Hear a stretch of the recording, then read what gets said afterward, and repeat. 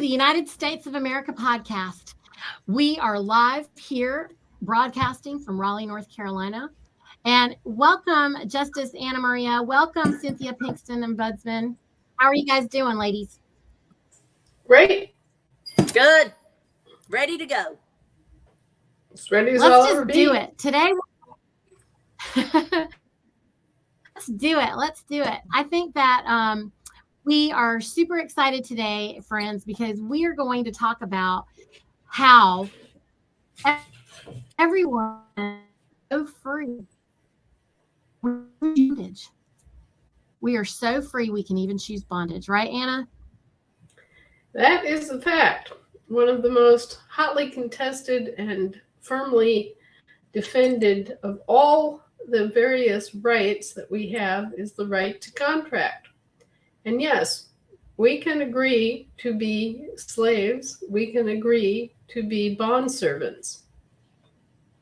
We can contract into those systems, and we can live our lives according to the rules that those systems impose. Unfortunately, nobody sane would do that if they had a free choice. And so Really? they cover it up. They cover it up. They don't disclose their contracting process. And so people get entrapped and ensnared in these schemes that are designed to obligate you without your knowledge. So that's basically what we're facing now in this country, is that we've been kidnapped, shanghaied, human trafficked into foreign jurisdictions of the law, and placed under unnatural foreign obligations as a result of undisclosed contracting and registration processes.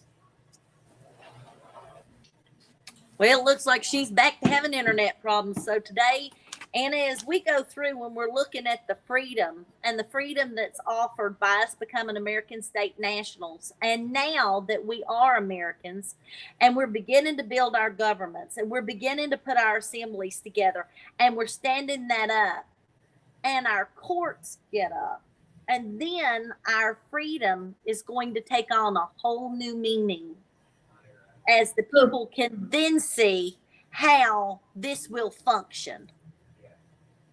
Yes, I think there's been a disconnect. I think that many people have mistaken the foreign courts for our courts when our courts haven't been functioning. And so it's going to be a big shock for them to realize that, oh, gee, our courts have been missing in action. Our courts haven't been functioning. Our law hasn't been enforced.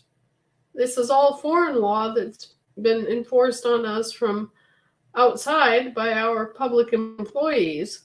And as a result, so much of the justice system has been eroded and has gone astray that it's now providing injustice, not justice. Well, for all those people that have come to the land and soil, they've been in solitary confinement, entrapped by this government, this world, this system, and now they've gotten some freedom and they've got their wings and they're ready to fly. They come in with an excitement and a zeal. I mean, they're ready to take this thing and run with it. And I think of a lot of these people, especially with the CDL license, you know, these truckers, and they're coming in and they're excited because now they get to be a part of their assembly.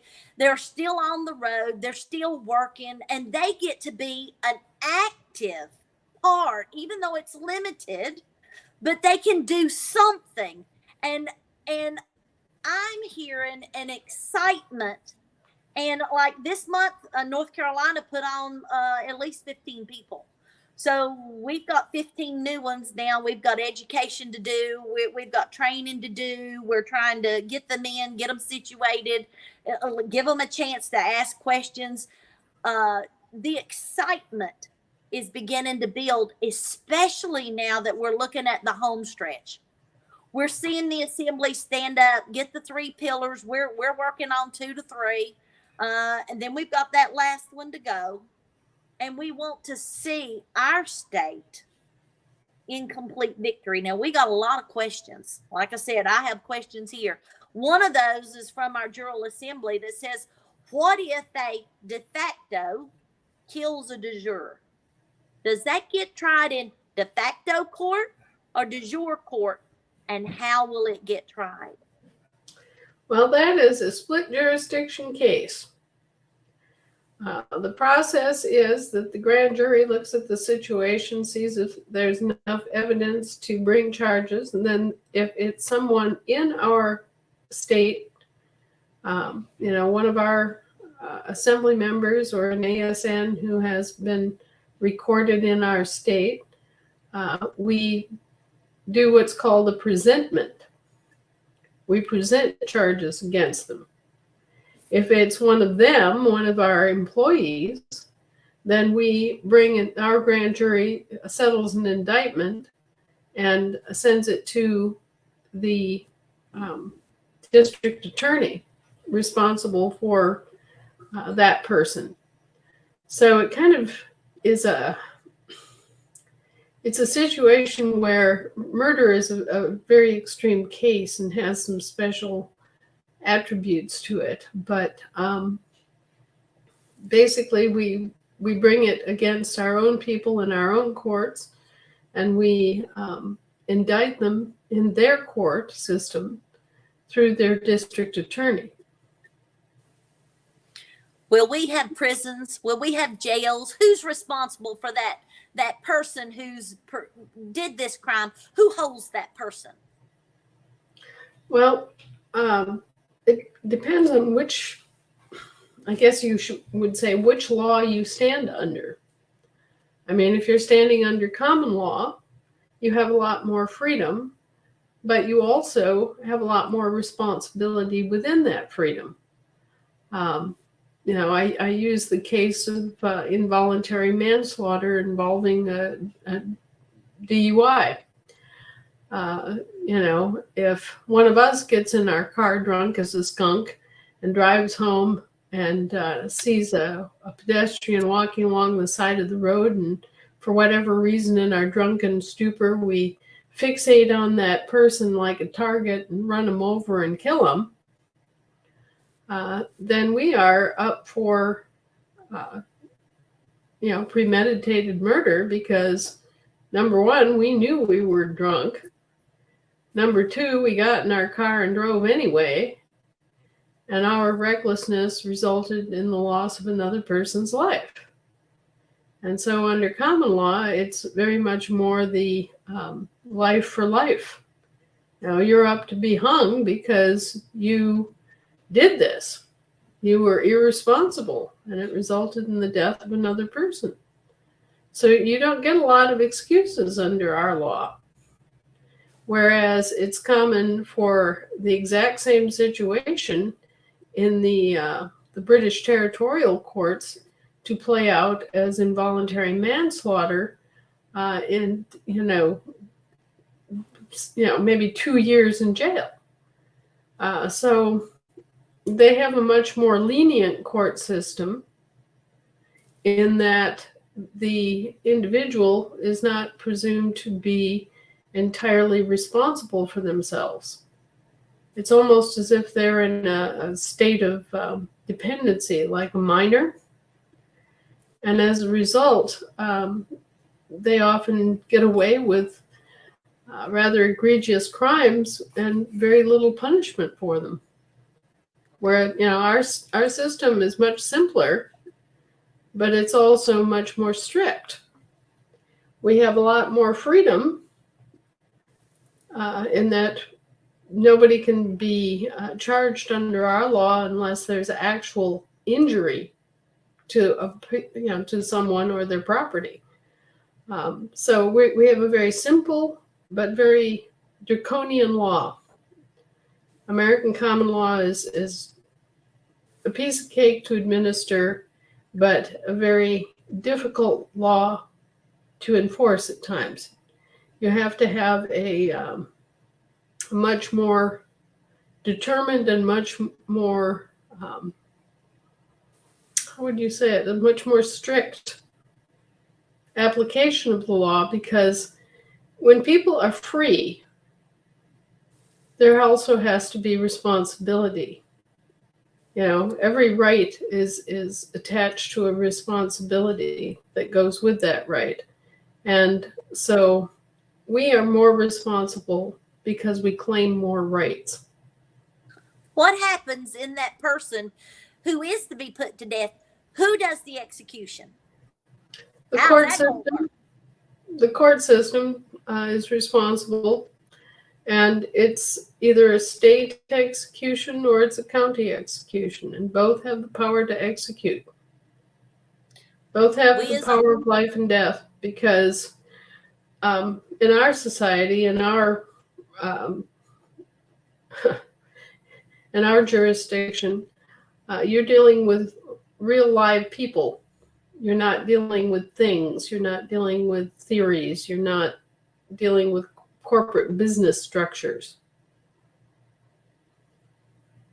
Okay, so the de jure and the de facto both will be able to execute, and the de jure, meaning us, if we find someone guilty of premeditated something bad, we're going to do this.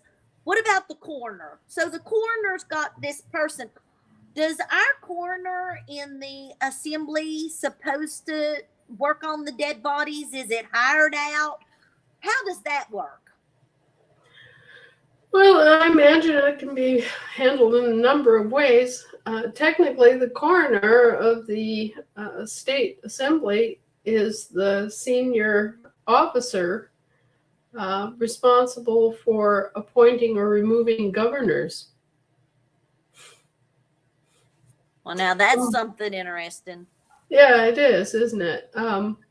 But the thing is that the most important function of the coroner, as far as the assembly goes, is to declare people alive or dead. And the coroner is one of those positions that kind of overlaps in both worlds, both in the realm of the fiction and the realm of the living people. And I guess instead of using the terms de facto and de jure, I would rather use the words incorporated and unincorporated, because I think that tells people more about what we're actually talking about. The coroner of the state assembly is in a unique position in that they are a medical professional who is qualified to determine whether someone is alive or dead. And that's their most important function. They can also remove a governor for mental incompetency and other issues of that sort. So within the structure of the government, they're the one that has the ultimate control over the governor of the state. Wow. All right, another question. Anna, take the time and give us some explanation on jurisdiction. Well, jurisdiction actually means the ability to speak to something, to speak to a subject. In order to have jurisdiction, it has to lie within your ability to speak to it. And there are various things that determine whether you have the standing to speak to it or not. If you are a captain of a ship at sea on the high seas, you are the ruler of your own realm under admiralty law. You're the ultimate authority. There is nobody else. Okay, so the captain of a ship on the high seas is the ultimate authority of that ship, period. That same guy on land doesn't have that authority. And so, whether you have jurisdiction or not depends very much on where you are and what you're doing. And it's often said that you have to have both in personam and subject matter jurisdiction in order to be within the jurisdiction of their courts. Well, the hard one for them is in personam jurisdiction, because literally, factually, the only people that they have any jurisdiction over are their own employees and dependents. These are corporations. Okay, so the only people that they actually control are their own officials and employees and the dependents of their employees. Where we've run afoul is that they're trying to say that we are their dependents when in fact we are their employers. And so, they drag us into their courts, and they claim in personam jurisdiction using the rationale that we are dependent on them. And then they claim subject matter jurisdiction using us as the subject matter. Okay. This is a broad subject. Jurisdiction, in jurisdiction, county, city, state, inside, international. My goodness, I'm not learning on any of this stuff. Here's another question. What will our elections look like? County, state? Can you explain a little bit about that as we all rush to the finish line? Well, I think the thing that because of where we're starting out and how this is being organized, I think the most logical place to start is with state elections. And I just wrote an article yesterday about how we populate our counties by populating our states, and why we're doing it in that order instead of the reverse order, which would be to populate the counties and then populate the state. So I suggest everybody take a look at that article. But as we are populating our states, we're also populating our counties. Just the nature of the process, however, means that we'll be populated at a state level before each and every county will be fully populated. Therefore, I would suggest that when we're looking at elections, we're looking at state elections first. And the state election process is very different than anything people have experienced with political elections. For one thing, political parties don't choose our candidates for us. People just come forward from the populace. They get a number of people to sign up in backing their candidacy, and it's a relatively small number of people needed to approve their candidacy, and they don't belong to political parties. So we don't need 2 or 3 or 4 or 10 people to run for an office in our assemblies to be elected and to take position. No, and you don't go through any political party to choose candidates for you. It's just whoever stands up and volunteers and is willing to take it on, and you choose among the candidates that show up. Yeah.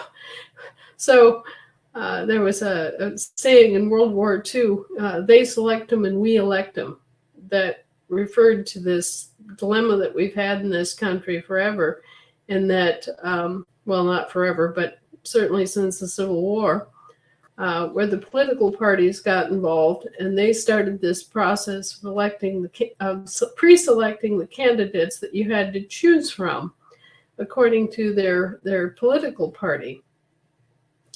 And this is completely different than what our public elections are like.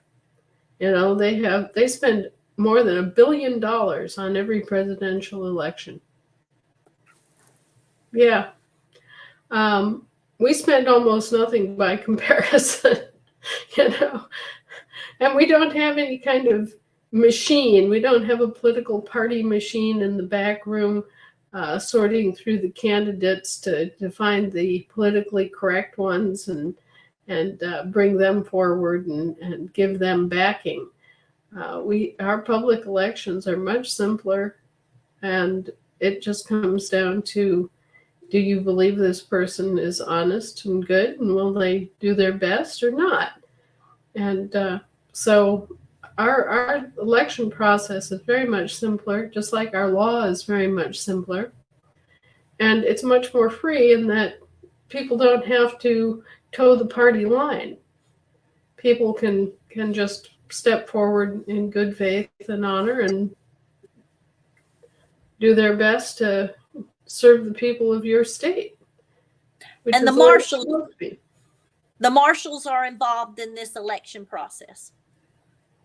Well, the marshals are there to help. Okay, they're not there to direct it. They're not there to, push it one way or another for one candidate or another or anything like that.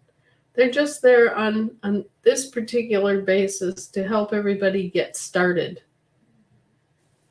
Now, give somebody a place to go when they have questions. Because ultimately you're going to have your own election committees. You're going to have your own election officers. Those officers are going to know how to conduct elections. They're going to be able to meet the time and notice requirements. They're going to set up your balloting process. They're going to print the ballots. They're going to distribute the ballots to qualified electors.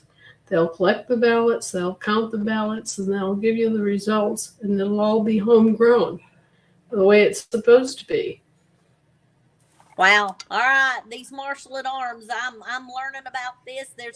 This is all, I'm telling you, my eyes have been opened to a brand new set of understanding. Question: who provides the training for these positions, especially a justice? Well, justices are people learn it in the law. And in our tradition, what you do is you study under someone who is already a justice or a lawyer, so that it's called reading the law. And you literally learn how to read the law. And, what does it really say? What does it really mean? What is the jargon?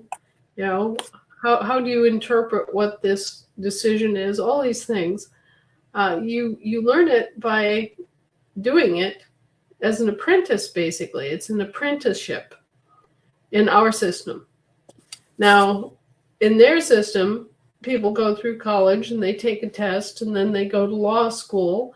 And for 4 years, they study policies and procedures and rules of how to operate a court and how to decide things.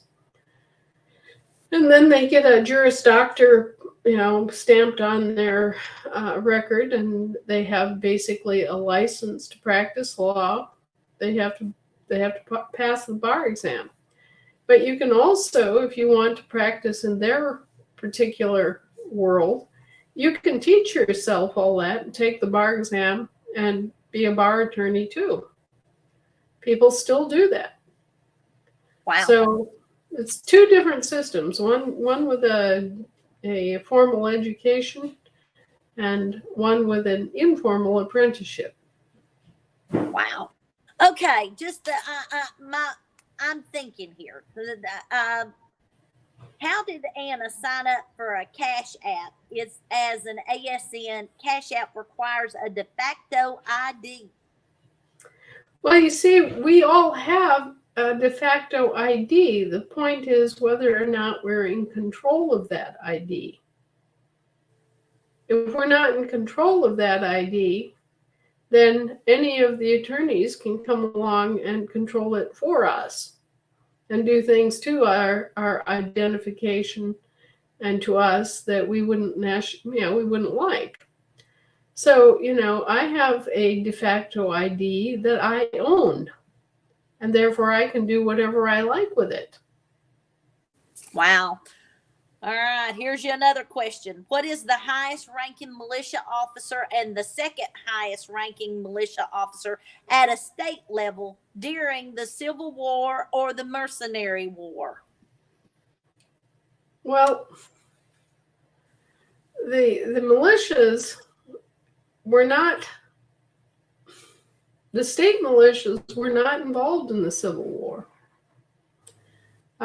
Individuals were involved in the Civil War. They all signed up via an enrollment process. So the whole militias didn't fight.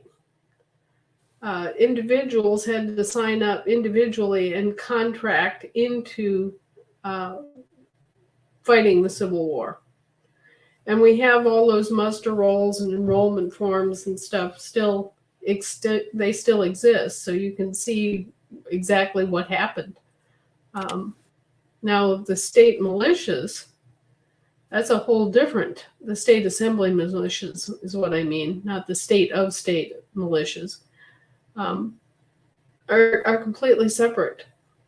Again, there's this difference between our public and their private, between our unincorporated government and their incorporated corporate government.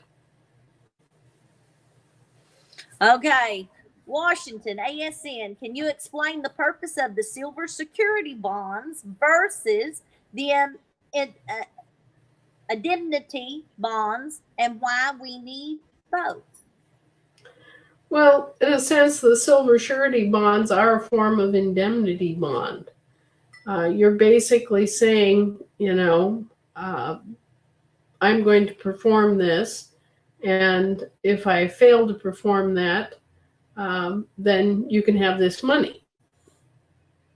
That's a surety bond. That's the kind of bond that we're familiar with a court bond. You get bonded out of jail. You pay your $500 and you basically say, well, yes, I will show up for the next court date. There's $500 to guarantee it.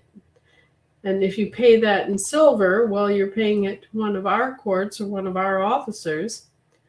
And that's how we do business. So that's a silver surety bond is something that is accepted and has to be accepted. Okay, but it's a guarantee. The indemnity bond is an insurance bond. So it's slightly different. An indemnity bond, it has to be present in order for us to conduct business internationally. It's a form of insurance that the state has against losses that are caused by conducting international business. And it prevents things that are very unfortunate from happening, such as say that a Chinese investment company decided that it wanted to set up shop in Illinois, okay? And so they purchased the title to some land and they build a factory and they have invested a lot of money and they think that they own that land, right? Because they have title to it. But all they have is title. The actual ownership of the land is vested in the people of Illinois. So the people of Illinois have an indemnity bond as an insurance that they retain ownership of that land, no matter what commercial or trade claims are brought against them. So that, the Chinese say they decide that they want to cease operations. They want to sell out their interest in their plant in Illinois, their car production plant or whatever it is. They can do so by selling the title, but they can't sell the land itself, you see. And it's the indemnity bond that makes sure that the people's interest in the land is protected and guaranteed. They can't come take it. They can't do anything with it. Right, they can't. Yes, it protects the interest of the people in their land holdings. Says I have an ABA, an IBA claim that I've recorded in the public. How do I monetize it? Well, that is a job for our our banks. You can't monetize something without a bank. And that's been the big problem. We haven't been able to actually enforce liens that have been established against various parties because we haven't had a bank. Well, now we have a bank. But each one of those liens has to be cured and has to be processed properly. And then the compliance department at the bank has to review it and give it the red stamp. And at that point, it can be monetized. We have monetized a very large claim against the ABA, IBA.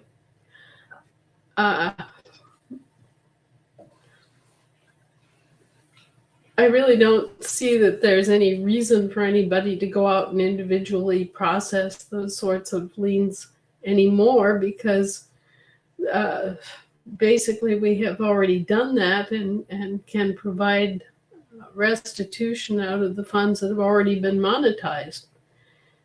We've got funds sufficient to take care of many claims that of damages. All right, now we've got one of these sticky ones. Anna, can you explain the TACT again? Well, TACT is just a group of people that happen to have some particular expertise, like a professional expertise. Say that we have John Petruccio, who's a conflict resolution expert. We have Harold Hines, who is a high-level business executive with tons of business organization and management experience. And so, we go on down the line that there are all these different people that have specific skills, former CPAs, former fiscal auditors, former insurance executives, former bankers, former lawyers. We got this, basically a group of people that are willing to share their skills across state lines and be there for the smaller assemblies that may not have members that have those particular skills. Say that you're setting up shop in Rhode Island and you need an expert to advise you on setting up accounts for the state of, the state treasury. Well, TACT has expert accountants. Well, and you also have that Price Waterhouse that you're going to send into the states.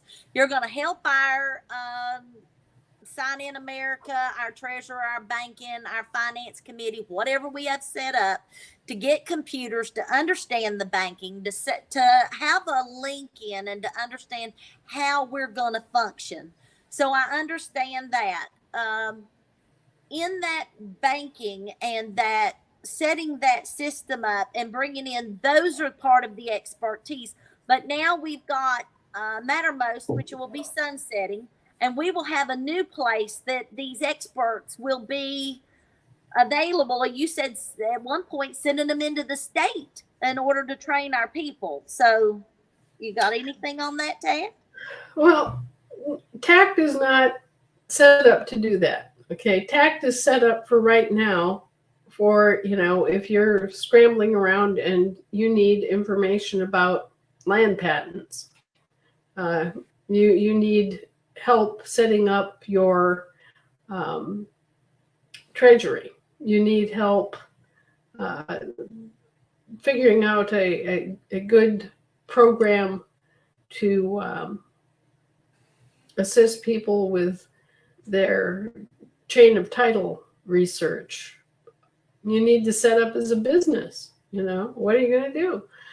There are all these things where you can get advice from members of TACT as individuals, individual consultants. Think of them as a group of different consultancies where you can go and whatever, roster of needs that you have, if TACT has members that have those skills, you can consult with them and get the benefit of their their lifetime experience basically for free because they're volunteering to do this.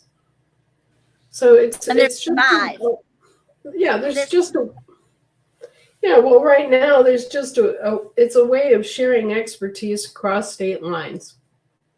There's 5 of them, and then there'll be more as this thing goes, and you'll be adding experts as we go to have a resource for the people to go back and to get that specific resource up and going. Right. Great. So that's what TACT is. That's what it's designed to do. And it's not a little mini government. I suppose in some respects you could think of it as a think tank, because if there is a problem, the members of TACT may take a look at it and see what they can come up with to solve the problem. But it's not supposed to function as something that is advising me on every subject or controlling what goes on. They're not the Federation. They're a separate little group of private consultants that are offering their services, because we realize that not every state has all those different expertises available. All right, here's another question. It says, if we've been given a traffic ticket, the officer refuses to accept the credential card, what do we do? Well, under the law, number one, you're not under statutory laws, so he shouldn't be speaking to you. Got it. Number two, if he does speak to you, it's his liability, not yours. Number three, all he's going to do is give you a ticket called a citation.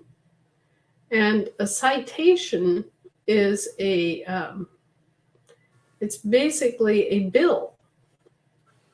Okay, he's wanting you to pay for an infraction of statutory law that you're not responsible for. So he's going to sign this ticket or have you sign it so that he can get paid. The instant you sign that ticket, the bill is paid, but they're going to try to collect from you again. Okay, they're double dipping. They've got this little revenuing scam going. He's going to take that signed ticket back to the court clerk, and the court clerk is going to cash that ticket. They're going to cash that citation just like you would cash a check. And they're going to get the money, which is $25,000 for a misdemeanor. Okay, so they're making big money off this every time they issue a traffic citation. That's why they don't want to give up their misadministration of our right to travel. Anyway, so she's going to send that ticket in as soon as she gets it, and they're going to get the money in the bank. Okay, this happens almost instantaneous. At the end of the day, those tickets are turned in and they are processed, just like, a hamster wheel. And so you have your copy, which is just a copy. It's not a wedding signature. It's just a copy. And you're going to go home and you're going to look at that and you're going to realize, well, here I have this bill to be paid, but I can't pay it off of this because it's not a wedding signature. The signature on this copy is worthless. So you're going to write to the clerk of court at the address where it tells you on the ticket to send your fine, right? And you request the wet ink copy. You say, well, I haven't received the wet ink copy of this citation, so I don't have anything to pay off. please send me the, there must have been a mistake. They've collected the wrong copy, and I need the wet ink copy before I can pay this. And you will never hear from the clerk again. It just sort of disappears because they're playing this scam. All right. They don't have the wet ink. They don't have the wet ink copy to give you back because they've already processed it and cashed it. That's right. All right, here's another question. It says, can you contrast between lawful and legal and compare the incorporated and the unincorporated with any obvious points you may have? Well, I mean, people are using these words de facto and de jure. Well, de facto is incorporated, and de jure is unincorporated. Just, add a synonym to your vocabulary, and I suggest use the words incorporated and unincorporated. And that just makes it clearer in people's mind what you're talking about instead of using these foreign words. All right, so I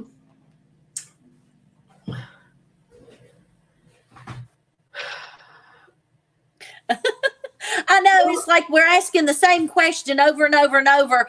And then how many different ways can you say, please don't do that? Or please do this. Prosperity cards will come out when? ASN, ASC. So there's a question. Well, okay. The big joke is that our bankers aren't bankers. Our bankers are called prosperators. Okay, we're doing something different. And it looks like banking, but it's not banking, because banking is an over 8,000-year-old tradition of fraud and nastiness. And we don't want to do banking anymore. We're going to do something that turns banking on its head. All right? And we're going to do that for the benefit of the people, the living people on Earth. So it's, from now on, our bankers are prosperators. And exactly when, right now, they are working on the very final work that needs to be done to unleash all of the banking functions. We had been working in a piecemeal fashion on, just one aspect, then another aspect, and then another, and then another. Well, we finally gotten to the point where we have all these different aspects of banking type services coming together so that we can do them all at once. And really, if you think about it, if you've got cards, you still need checks, and you still need to be able to do a cashier's check, and you still need to be able to do a wire transfer. And, all these different functions are different systems. So we've had to work out all these different functions and get them to mesh together within our system, our prosperity system. And then we've had to then connect to the de facto commercial bank system so that we can deliver where people need funds delivered, right? Mm-hmm. And it's been a hell of a process.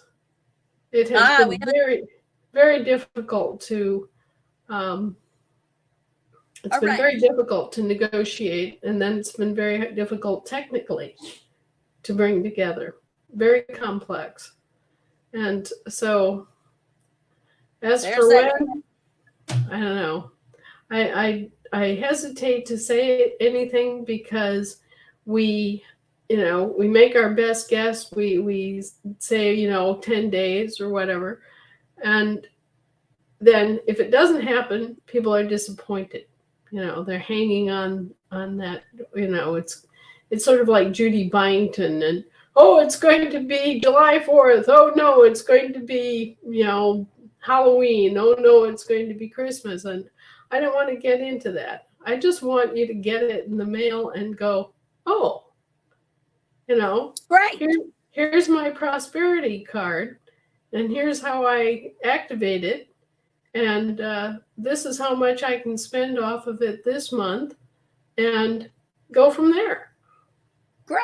We got a quote for that. I'm working on it. Well, I have been working on this for a long time, and it's really irritating me it's taken this long. But, I have to tell you, I had no idea how complex this was going to turn out to be. Or, I was describing it as a mushroom mycelium set. The current banking system has proliferated like a cancer and grown out in all these different tentacles, so that it's far more complex than you think. When we just go into the bank and cash checks and that kind of thing. We have no idea what's going on in the back room of these banks. All right, we had a question there about if you were on Section 8, and she just took it down. If you were on Section 8, something. Housing. I don't know. Housing. Yeah. There's a lot of confusion about whether or not you can be an ASN or ASC and still get quote unquote federal assistance of various kinds. Section 8 housing is housing it's typically an allowance for single parents. When, for example, you have 3 kids, you have no income, you need housing for your family, then you get Section 8 housing allowances. And they're basically transferable agreements that you can go out, and within the parameters of what your housing allowance is, you can contract with a landlord to rent a place. And you get to choose which place within those parameters. So if you have a Section 8 housing allowance for, say, $1,200 a month in rent, you can go out in the current marketplace and you can find a place for rent for that much. Okay, so that's what Section 8 is.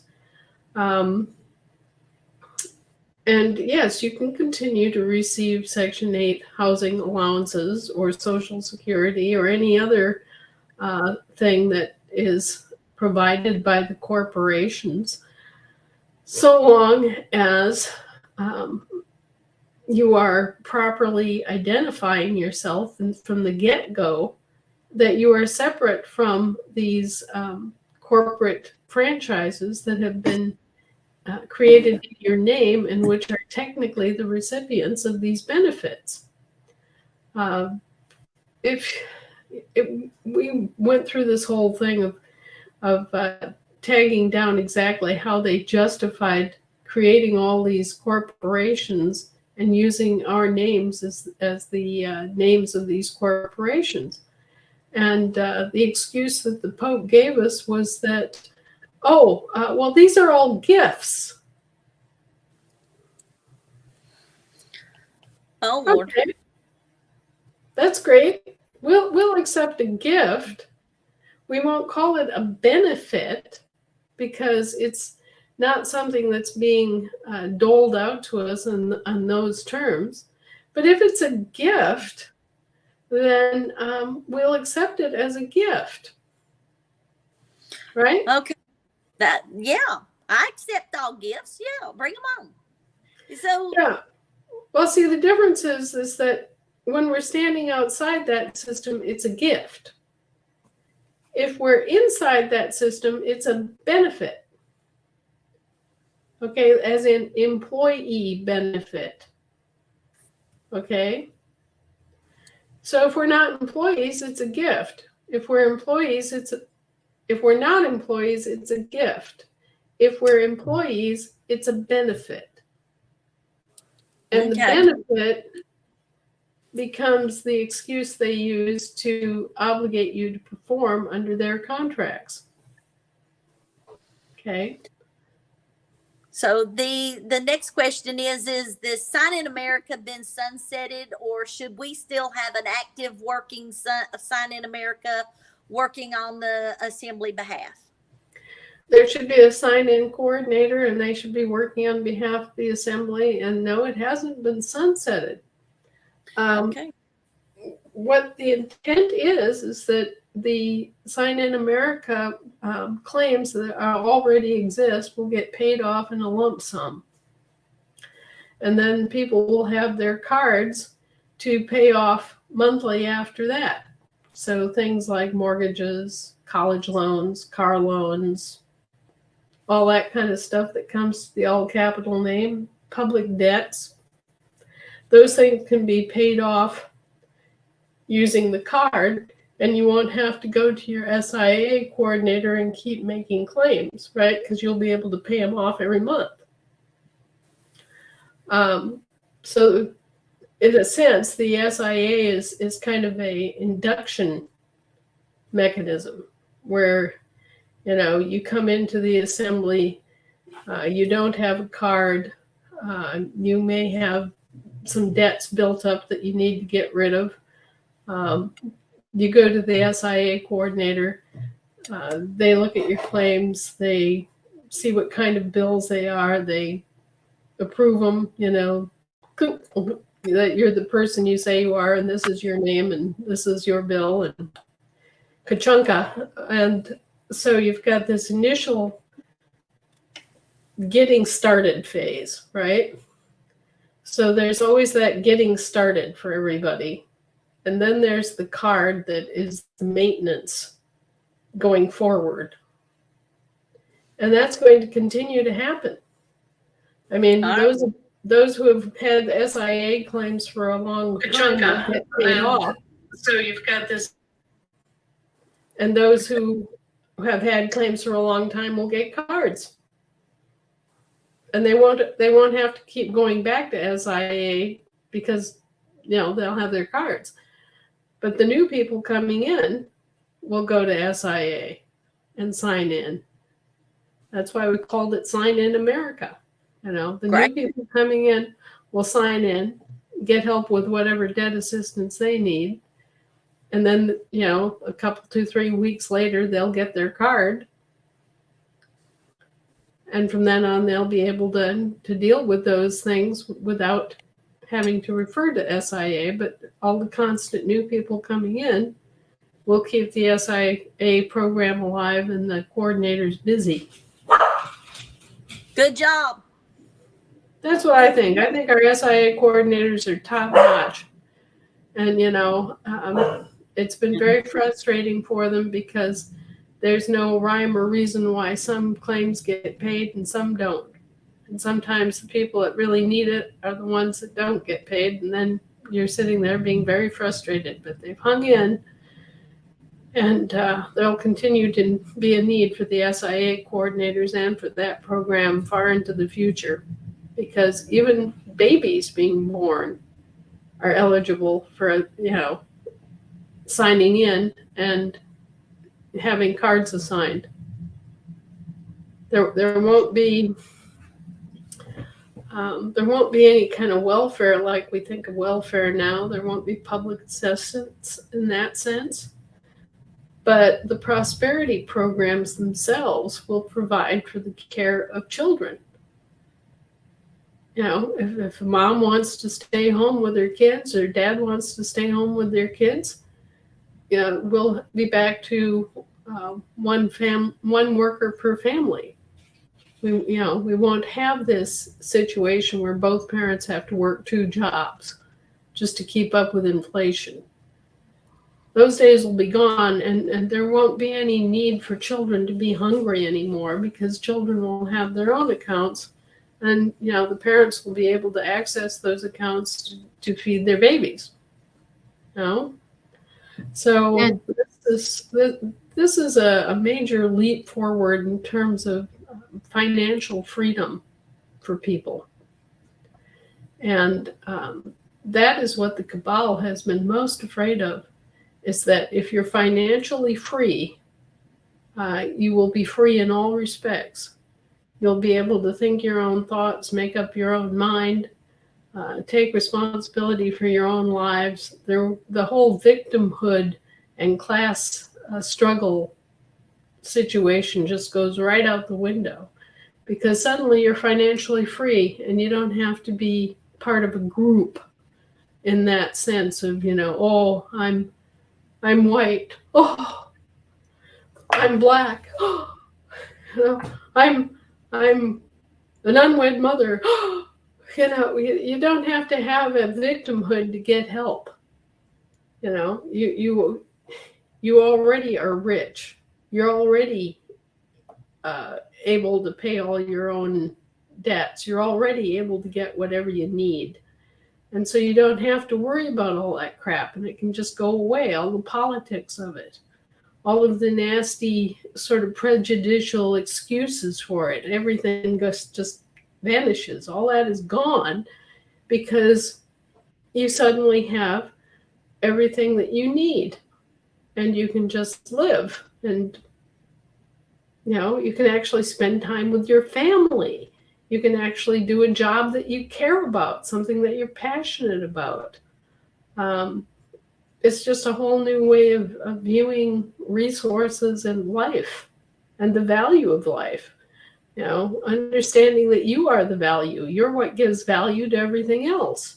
So if you're the value, why are you sitting here in poverty? Yep. Well, Anna, we had super extra technical difficulties. Cynthia, thank you for just holding it down with Anna. We have 3 minutes, Anna. I was able to log in just to say you have 3 minutes. 3 minutes. 3 minutes. Okay. There's still some questions coming through. There's a bunch of them. We had great participation. It was fantastic that we could get through all the questions that we went through. That was all me and Cynthia wanted to do today. And, thank you for your brilliant answers. Thank you for giving everyone the opportunity to ask anything. That's the big thing. Just ask the question. It's okay, because right. they're otherwise they feel muzzled and, ignored. And you're not trying to hide from anybody. That was the purpose of this podcast, is for you to be able to answer whatever it is that anybody wants to ask, right? Well, and if you have a question, chances are other people have that same question. So you're actually doing everybody a favor by bringing it forward. Yep. Okay. Well, we have 2 minutes. I can put 2 quick questions. Looks like quick questions, but do you want me to do it or no? Sure. Here's one. Hold on. We'll go. Will you accept my student loan? Yes. And then the other one is, these are all big ones. This is a long one. Uh-oh. It's a long one. But do you want to do it? With issues or problems with coordinators, what is an attack? What is criticism just deserved? I think this is all juvenile, right? I think we say attack, but we don't mean attack unless it's, actually a personal attack, like, saying, well, you're ugly and I don't like your kid is rude, whatever. Those are kind of personal attacks. Criticism of a performance or, the way a business is conducted, that's a whole different realm. And I think we need to separate it out so that we're not doing personal attacks. And when we're concentrating on the business and the problems with getting things done,